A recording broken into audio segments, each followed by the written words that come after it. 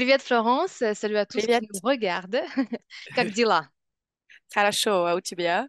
Тоже хорошо, спасибо. У нас погода не очень, у нас дождь идет. Не знаю, как у вас погода. Хорошо сейчас, хорошо.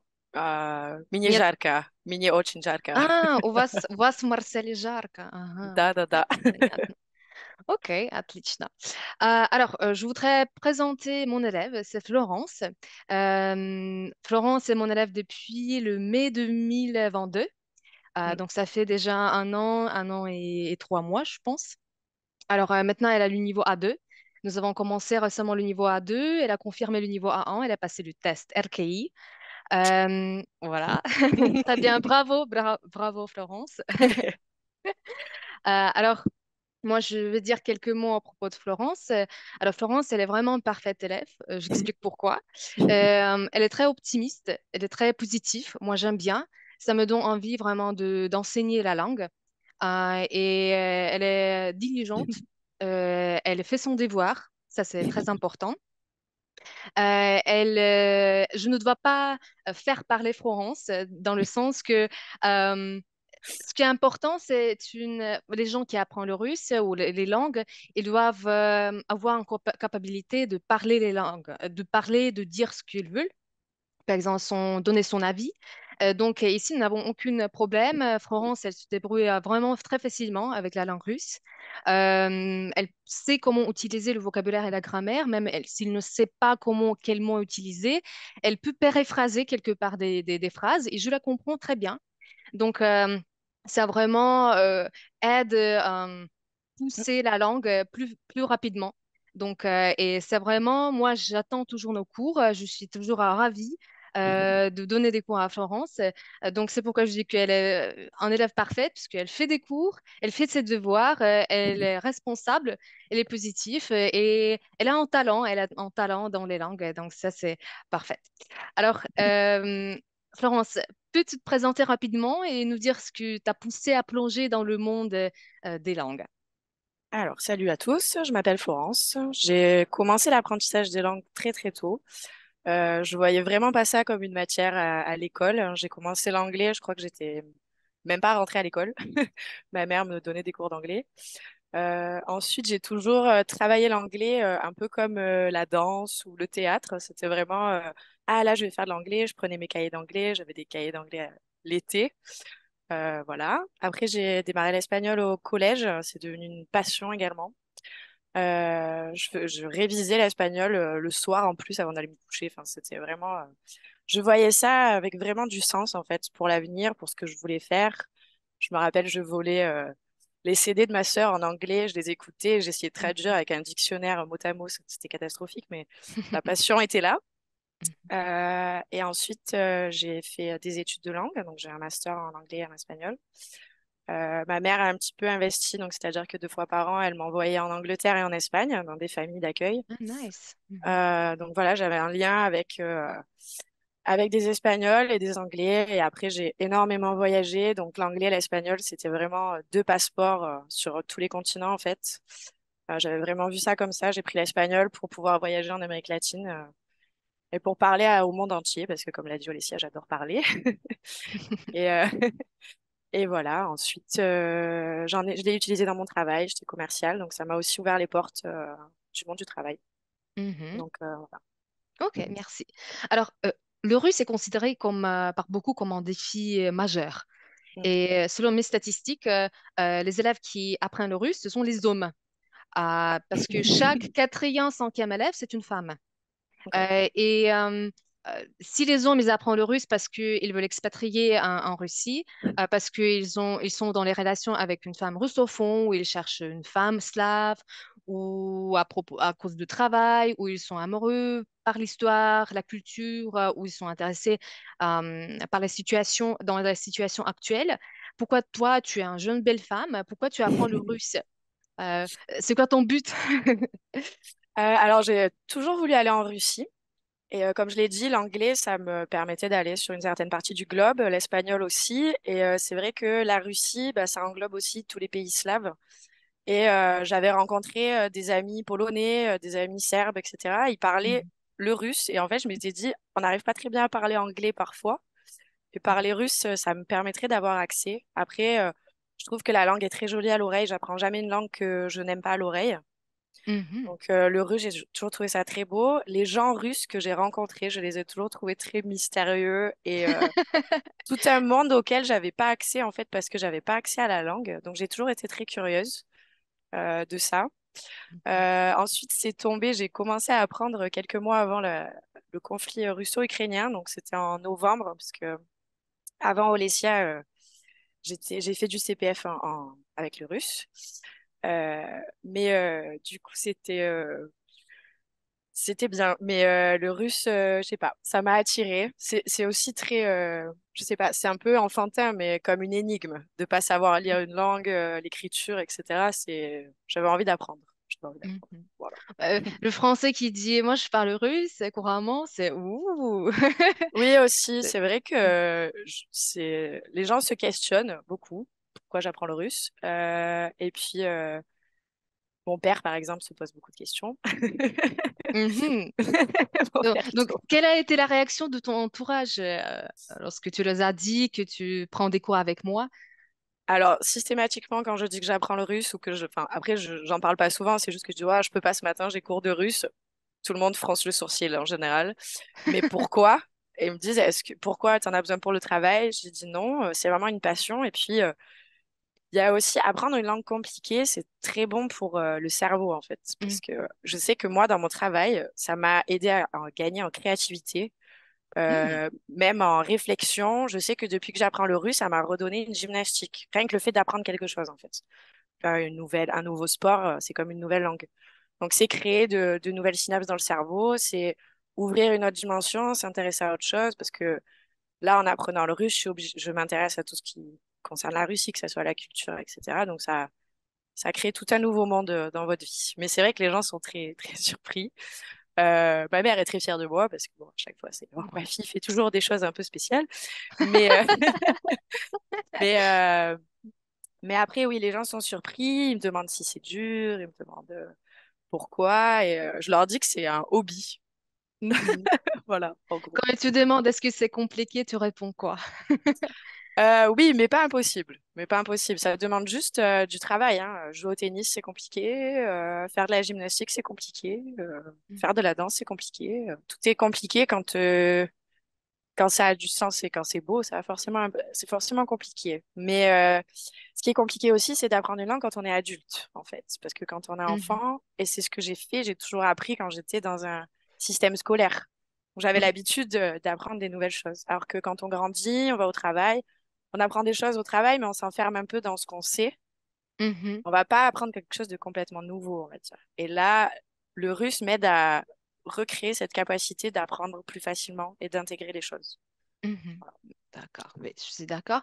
Alors, comment m'as-tu découverte et pourquoi m'as-tu choisi? Alors, donc, comme j'ai dit plus tôt, j'avais utilisé mon CPF 20 heures de cours de russe avec un ami qui, lui, est professeur français langue étrangère, donc c'est Monsieur Rémy. Donc, on est amis et lui, il voulait apprendre pour mieux comprendre ses élèves. Moi, je voulais apprendre vraiment pour découvrir et pour faire quelque chose de nouveau. Donc, on a pris les cours tous les deux. On a fini notre CPF. Honnêtement, notre niveau était pas terrible à la fin des 20 heures. Et donc, je lui ai dit, tu connais pas une professeure ou un professeur de russe. Et il m'a dit oui, tout à fait. Il m'a envoyé des vidéos d'Olesia. Donc, j'ai vu tes, j'ai vu tes vidéos. J'ai vu comment tu étais. Je me dis, bon, elle a l'air sympa. Les cours ont Mhm. l'air compliqués, mais quand même avec. Enfin, je voyais que j'aurais plus de résultats avec un professeur privé. Et donc voilà, on a fait un cours avec toi. Voilà, c'est comme ça qu'on t'a rencontré et j'ai pas changé de prof depuis. Ouais, merci. Alors, peux-tu nous raconter un petit peu ta première expérience en leçon avec moi? Qu'est-ce qui t'a marqué et qu'est-ce qui t'a donné envie de continuer les cours, hein, en général? Alors, le premier cours avec Olesia, c'était assez compliqué, mais parce que tu avais une vraie méthode de travail. Tu avais des tableaux avec les premières déclinaisons, où il y avait, je me rappelle, on avait appris les nationalités. J'arrivais même pas à dire. C'était la première leçon des Ouais, nationalités? Ouais. oui, mais parce que comme on avait fait 20 heures, tu nous avais fait passer un test, voir quel niveau on avait. Et après, je pense qu'il y a des trucs de base qu'on n'avait pas fait, nous, avec le CPF. Donc, j'avais des lacunes Mhm. énormes au début. Et on avait fait les nationalités, on n'arrivait même pas à prononcer, je m'en rappelle, c'était très compliqué. Alors, mais je sais qu'à la fin du cours, j'étais sortie, j'avais l'impression d'avoir passé un examen. Tu vois, j'avais le cerveau en ébullition. Je m'étais dit, mon Dieu, qu'est-ce que je suis nulle. Mais après, j'ai continué parce que je me suis dit, OK, Olesya, elle a vraiment une méthode, elle va nous apprendre. Et puis, tu lâchais rien, c'est-à-dire que on disait n'importe quoi, répéter, on refait, c'est pas grave. Enfin, tu vois, tu nous Mhm. lâchais pas du tout pendant le cours et tu nous disais pas bravo toutes les 5 minutes. Tu vois, c'était là, allez, on continue, lâchez rien, lâchez rien. Non, Mhm. enfin, et j'ai pas vu l'heure passer en fait. J'ai pas vu l'heure passer Mhm. et du coup, ça m'a donné envie. Ouais, super, super. Alors, moi, je sais, parce que c'est vrai, vous avez déjà, savez quelques phrases, vous savez comment se présenter en russe. Donc, on commençait, je pense que peut-être avec le deuxième cours, moi, je ne me rappelle plus. Et c'est vrai que le deuxième cours est compliqué parce qu'il y a un grand tableau avec toutes les nationalités. Nationalité, langue, Mm. pays au génitif. Et vraiment, des élèves, après le premier cours, ils disent oh, horrible, c'est compliqué. Mais en fait, la troisième, le quatrième cours, ils sont plus faciles. Et donc, c'est juste la deuxième cours que vous avez tombé, sur lequel vous avez tombé. Ah, malheureusement, mais vous n'avez pas quitté. Donc, bravo. Mm. Non, non, et puis c'est resté un souvenir hein, avec Rémi, on en parle parce que Mhm. c'était marrant quoi, de faire le cours. Moi, je sais que j'étais comme ça, les yeux grands ouverts tout le long, mais ça nous a demandé une gymnastique que je retrouve nulle part ailleurs, en fait. Mais peut-être parfois avec les maths, je dirais. Avec les maths, Les c'est-à-dire. mathématiques, Oui. bah, cette gymnastique de faire des calculs, etc., il y a Ouais. tellement de recoupage à faire que ça me fait un peu penser à ça. Mais c'est bien pour la logique, en fait. Ça te fait Oui. travailler ta logique. Mhm. Mm, C'est vrai que la langue russe, elle est aussi assez logique, parce qu'en fait, tu as comme l'exemple de mathématiques, tu as ça, tu ajoutes ça, mm, ici tu enlèves, ici tu ajoutes, ouais, donc elle est très logique, c'est qu'en constructeur, tu vois, tu mm, vas faire quelque chose de tous ces trucs. Donc oui, c'est assez mathématique et logique la langue russe, mm, donc c'est vraiment nous faire travailler le cerveau, donc mm. c'est bien. Euh, alors, peux-tu nous raconter s'il y a des techniques que tu as développées pour te garder motivé? Parce que tu apprends déjà 1 an et plus, et des fois, il y a des moments peut-être compliqués, il y a des moments qu'on stagne, disons, Mm. quand c'est vraiment compliqué d'apprendre. Donc, comment tu te gardes motivé? Est-ce que tu as des C'est techniques? vrai que avec le russe, j'ai vraiment senti des paliers où à chaque fois je monte une marche et je me dis, ah, ça y est, là, je maîtrise. Et puis en fait, parfois, je me dis, waouh, j'ai l'impression que ça fait 3 mois que je suis sur la même marche, mais c'est normal, c'est parce que la fois où on apprend toutes les déclinaisons, c'est assez gros pour le cerveau, je pense. Et le temps de tout ranger, parce que moi, je fonctionne avec des cases. J'ai même des deux langues qui vont dans les mêmes cases, et en fait, j'ai tendance à ranger par rapport aux autres langues que je connais. Mhm, Surtout par rapport à l'anglais, qui est ma deuxième langue de base, donc j'ai tendance à ranger et à faire des associations. Pour le russe, pour rester motivée, on va dire que j'ai essayé d'intégrer ça dans mes routines. Donc le matin, en allant au travail, j'écoute un podcast en russe, juste pour que aussi mon oreille et mon cerveau continuent à entendre du russe toute la semaine. mhm. Il y a certains tableaux de déclinaison que j'ai pris en photo, que j'ai mis sur mon téléphone. Donc, au lieu de scroller sur Instagram ou Facebook, Mhm. je regarde les déclinaisons. J'essaie de m'intéresser, de regarder un film, de regarder un truc. Parfois, je mets les sous-titres russes sur Netflix, même en regardant Mhm. un film en anglais ou en français, pour aussi avoir le côté visuel. Après, je suis partie voyager au Kirghizistan. Donc là-bas, la deuxième langue, c'est le russe. Donc ça m'avait vraiment aidé à progresser parce que je m'étais retrouvée dans une famille russe et elle parlait pas du tout anglais et je ne parle pas kirghize. Donc j'avais vraiment dû faire l'effort de reparler une langue que je maîtrise très mal au Mhm. début, que ça m'était pas assez longtemps que ça m'était pas arrivé. Donc voilà, j'essaie d'intégrer le russe dans ma vie. Que ça soit pas juste un cours par semaine et où j'oublie tout entre la semaine parce que c'est important, je trouve, de petite routine et d'entendre du russe tous les jours. Voilà. Ouais. Mhm. C'est important parce que chaque niveau demande la quantité de l'heure. Par exemple, pour avoir le niveau A2, il faut faire minimum 220 heures de russe.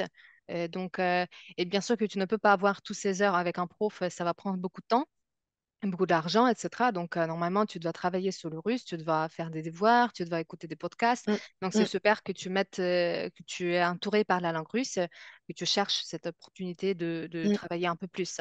Donc, ça a un pouce et moi, je vois que nous, avec toi, nous avançons avec toi dans un bon rythme. Ok. Qu'on n'est pas attardé, tu vois, que tu as vraiment le niveau qu'on apprend maintenant. Et ça, c'est super bien. Moi, je pense que tu peux déjà parler de ce que tu veux en russe, un peu avec des complexités, Mm, mais en général, tu peux parler de ce que tu veux. Même que nous avons eu pour 1 an et 3 mois, on n'avait pas eu beaucoup de cours parce qu'il y avait des mm, fois aussi des vacances, etc. mm. Une fois par semaine, tu vois, c'est pas beaucoup. Mais tu bien parles, tu parles bien. Tu parles bien. Bon, bah tant mieux, merci. S'il y a la seule chose qui est un peu compliquée, c'est qu'avant, j'avais l'habitude de donner que quelqu'un m'aide à réciter du vocabulaire, par exemple. Sauf que là, si tu leur donnes le papier, ils n'arrivent pas à lire le russe. Mais par contre, j'ai développé où par exemple, ma mère, quand je la vois, je lui explique des règles de russe, parce qu'elle, elle a fait du latin et du grec, donc les déclinaisons, Ok. elle l'a très bien. Et donc hier, je sais, en voiture, par exemple, je lui ai fait un cours de russe. Je lui ai expliqué comment ça marchait, et moi, ça me permet de réviser, en fait, en même temps. Mhm. C'est Ouais. un bon moyen aussi. C'est quand je faisais quand j'étais un enfant, quand je comprenais pas le mathématique, je fais semblant que je suis un prof dans Ouais, c'est ma ça, chambre c'est et exactement devant ça. moi sont des élèves et je les explique des règles. Et moi, j'ai mémorisé parfaitement des choses, Mm, voilà.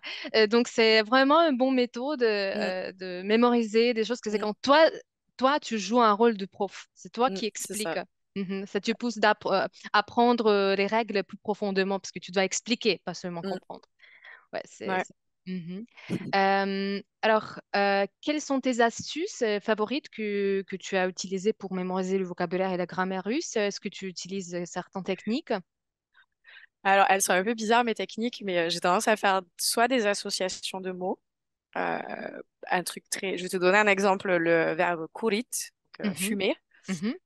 Pour moi, je m'étais dit, si tu fumes, tu peux pas courir. Donc, j'ai réappris Ah, kurit comme bah, c'est ça. bien.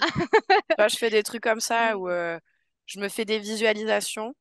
mhm, Euh, je sais pas, Gouliat se balader. Je vois une énorme personne comme Gouliat mhm, marcher. Enfin, tu vois, c'est vrai. Alors, c'est très, très bizarre. Après, je pense qu'on est obligé d'inventer des choses comme ça pour apprendre Oh, les langues. mm, Sinon, je me fais des dialogues. Je me mets en situation où je vais devoir employer ce mot. En fait, mhm. dans ma tête, je me fais une Le conversation, contexte. un Mhm, contexte. Tu vois, j'ai besoin de lui donner du sens au mot, en fait, pour l'intégrer et pour que mon cerveau se dise, ah oui, on en aura besoin dans cette situation. Du coup, il le range là où il faut. mhm, En gros, je fais ça. Et après, j'écris. J'ai besoin de les écrire. Alors, en plus, avec le russe, c'est bien de les écrire parce qu'il y a vraiment, je trouve, deux apprentissages. Il y a le visuel.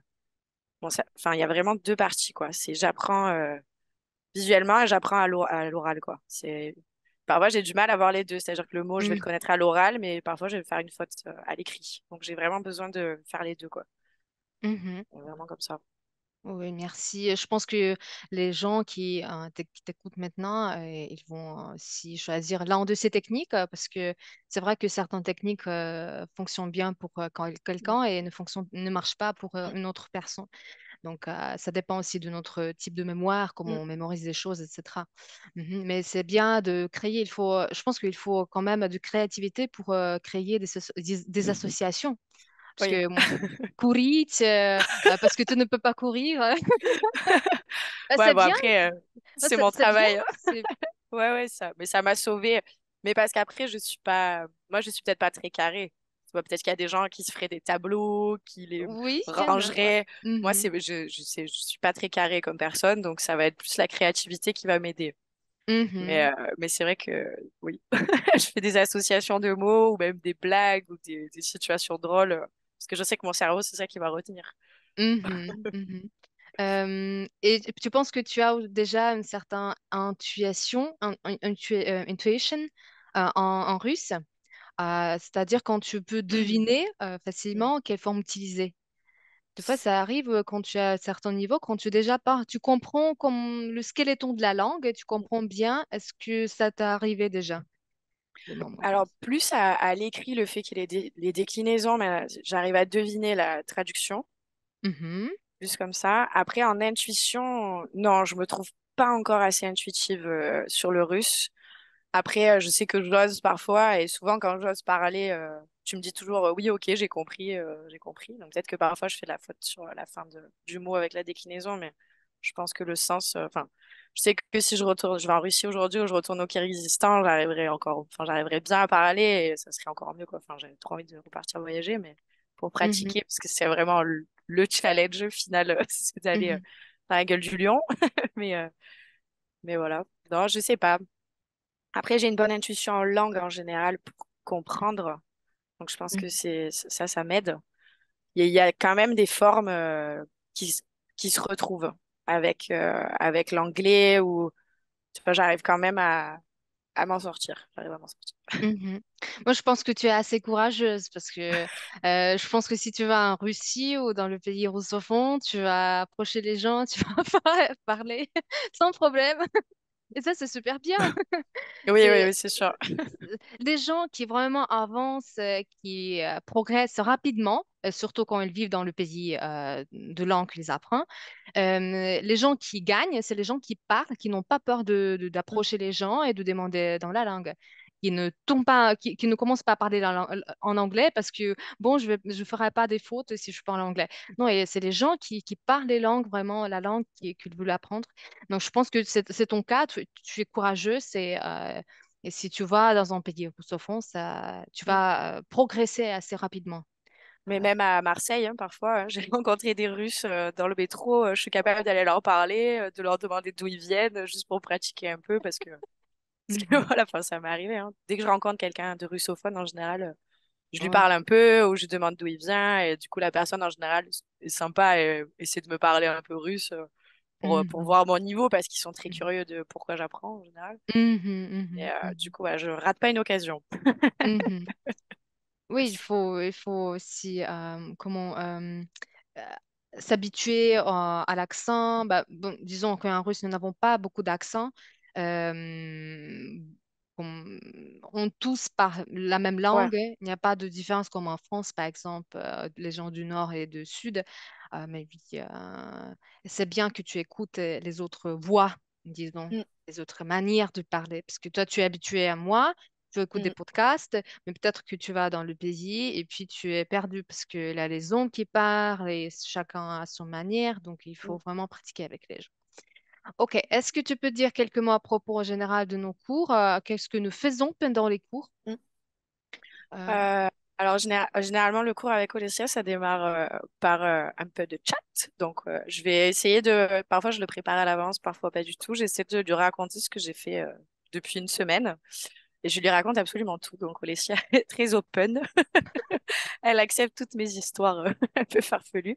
Mais ce que je disais tout à l'heure, c'est remettre les choses dans son contexte. Et moi, ça me permet de me rappeler et après de pouvoir même le raconter à mes potes parfois. Donc voilà, ça commence comme hmm, ça. Donc généralement, on parle pendant 5 à 10 minutes. Après, elle me demande si j'ai des questions sur le cours d'avant, sur les devoirs, hein, parce que donc je fais mes devoirs, elle m'envoie la correction avant le cours pour que je puisse intégrer mes erreurs. Ensuite, généralement, on voit une nouvelle leçon, un peu de grammaire. Donc, soit je vais lire un texte, soit on apprend quelque chose de nouveau, la déclinaison des adjectifs, etc. Et on le met tout de suite en pratique. Donc, en fait, c'est ça qui est bien, c'est qu'elle me montre un tableau, je dois intégrer quelque chose et tout de suite, on passe à la pratique. Il faut que j'essaie de le faire. Donc, ça, c'est dur au début. Parce qu'après, je suis un peu rêveur. Je suis quelqu'un d'assez rêveur. Donc, je sais que maintenant, quand elle me dit là, regarde le tableau, je sais qu'il faut tout de suite que mon cerveau il apprenne et qu'il se mette en condition. Et voilà. Mais ça, c'est bien. L'heure, elle passe super vite. Ça, c'est très bien. Une heure et demie, je pense que ça serait trop pour mon cerveau. Mais une heure, c'est bien parce j'apprends à chaque fois. On fait pas des révisions. C'est à chaque cours, j'apprends quelque chose de nouveau. Et après, j'ai des exercices sur ce thème-là. Donc, c'est une heure où je sais qu'il faut que je sois en forme, il faut que je sois bien dans ma tête, faut que, voilà, c'est vraiment un rendez-vous hebdomadaire important pour moi, qui hmm, m'oblige à avoir une certaine routine.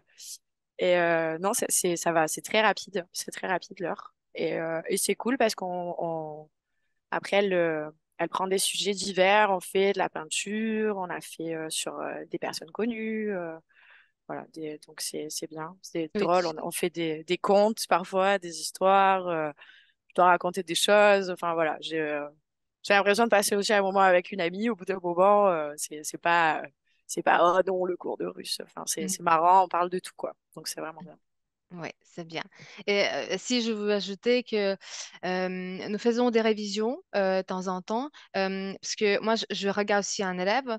Par exemple, si un élève n'a pas fait le devoir ou je sais que pour lui c'est compliqué, etc., au début de cours, normalement, on fait une petite révision. Je donne des petits Mm. exercices sur la grammaire que nous avons appris la leçon précédente, Ouais. soit par exemple les tableaux avec du vocabulaire, où je pose des questions avec le vocabulaire que nous avons appris le Mm. cours prochain, le cours précédent. Euh, et ici, je vois que l'élève a assez facilement répond à la question, elle fait des exercices. OK, on avance, on continue, on commence quelque Mm. chose d'autre, on commence à apprendre quelque chose de nouveau. Mais des fois, il y a des élèves qui, par exemple, ils n'ont pas fait de devoir, ou ils oublient, ou ils sont perdus, ils n'ont pas bien compris la grammaire, etc. Mm. On fait la révision, moi je continue, etc. Donc j'essaye toujours au début de cours scanner un élève, disons. Ouais. Mais tu le fais de Scanner. manière très subtile parce que je ne le Très vois pas subtil, oui. toujours. Il Oui, ne parce voit que pas souvent, oui. Moi, tu le je vois pas. commence. Alors, on part en 5 minutes de ce que tu faisais hier, etc. Et puis, je commence à te poser des questions. Tu ne sais pas que c'est en fait avec le Non. vocabulaire précédent, mais C'est ça. je pose des questions avec le vocabulaire précédent. Et je vois, OK, tu me comprends. Tu comprends ce que je pose, d'accord? Donc, peut-être que tu as compris. Peut-être que quand tu vas parler, tu ne vas pas utiliser ce mot parce que tu oublieras. Parce que. euh, une chose, c'est mémoriser et comprendre le nouveau mot un nouveau mot et autre chose, c'est recréer, comme utiliser ce mot parce qu'on peut oublier, c'est plus compliqué d'utiliser le mot que comprendre. Mais je vois que la personne utilise, je vois qu'il comprend ma question et oh, un chat. C'était sûr qu'elle passe au bout d'un moment. Bah, super. Elle Coucou. vient à tous tes cours de russe de toute façon, elle est toujours à côté. Oui, oui, c'est vrai. Elle parle déjà un petit peu le russe. Un petit peu, oui. Voilà, donc la Mais révision, c'est c'est subtil. important. C'est subtil parce que j'ai pas la sensation que tu me dises, bon, Florence, je pense que là, t'es pas du tout en phase, il faut qu'on révise. Mais par contre, je sais que tous les 2, 3 mois, parfois, tu vas revenir sur un sujet qui date un peu et où souvent je suis là, oh punaise. Mais c'est très bien, enfin, c'est très bien, c'est bien, j'aime bien. Mhm. Oui, je suis comme ça, Mm, comme un serpent. mm. Je te dirais pas que c'est la révision. Ouais. Des fois, c'est visible que c'est la révision parce que je donne un exercice sur la grammaire que nous avons appris, mais des fois, c'est le vocabulaire, c'est pas très visible. Alors, et je pense que c'est le dernier question. Mhm. C'est si quelqu'un hésite à apprendre le russe, parce que les gens ils hésitent, surtout maintenant, selon la situation actuelle, Mm. et surtout s'ils hésitent à apprendre le russe avec moi comme enseignante, quel conseil lui donnerais-tu à cette personne? Moi, je pense qu'il faut voir l'apprentissage du russe comme un jeu, un petit peu, comme une gymnastique mentale, comme un défi aussi. Enfin, tous les médecins le disent, c'est très bon pour la santé, en fait, d'apprendre une nouvelle langue quand on commence un petit peu à vieillir, bon, même si on n'est pas très vieux, mais ça fait du bien. Ensuite, faut pas avoir, c'est pas très dur, en fait. Il y a des paliers, mais je pense que tout le monde peut y arriver, honnêtement. Et avec Olesia, c'est bien, je pense, parce que elle a vraiment une vraie technique. Je fais vraiment des progrès. Elle lâche pas l'affaire. Elle est là pendant les vacances. Enfin, bon, évidemment, elle prend des vacances en été comme tout le monde, mais t'es toujours là, t'es toujours à l'heure. T'as jamais raté un seul cours. Tu réponds toujours aux questions. T'es hyper présente, t'es hyper disponible. Si on peut te demander, enfin parfois je te demande Olesia, est-ce qu'il n'y a pas un film, un truc culturel, t'es toujours, enfin t'es hyper dispo, je trouve comme prof. On sent que tu veux vraiment que tes élèves progressent. Voilà, donc pour moi t'es super quoi. Mais voilà. Super. Merci beaucoup, Florence. Alors, si vous avez des questions à Florence, vous pouvez écrire dans les commentaires. Mhm. Vous pouvez même écrire directement. Je ne sais pas si Florence est d'accord si on passe ton Instagram ou je ne sais Oui, pas tes contacts pour pas que de les souci. élèves puissent te contacter s'ils ont des questions. Et merci beaucoup Florence pour cette interview. C'était très intéressant. Je suis très reconnaissant que tu es mon élève, que tu m'as choisi et j'espère qu'on va continuer et nous aurons des bons résultats avec toi. Alors, Merci, merci спасибо за урок. beaucoup et merci à tous qui nous a regardés. À la prochaine. Paka paka всем. Пока-пока. Salut.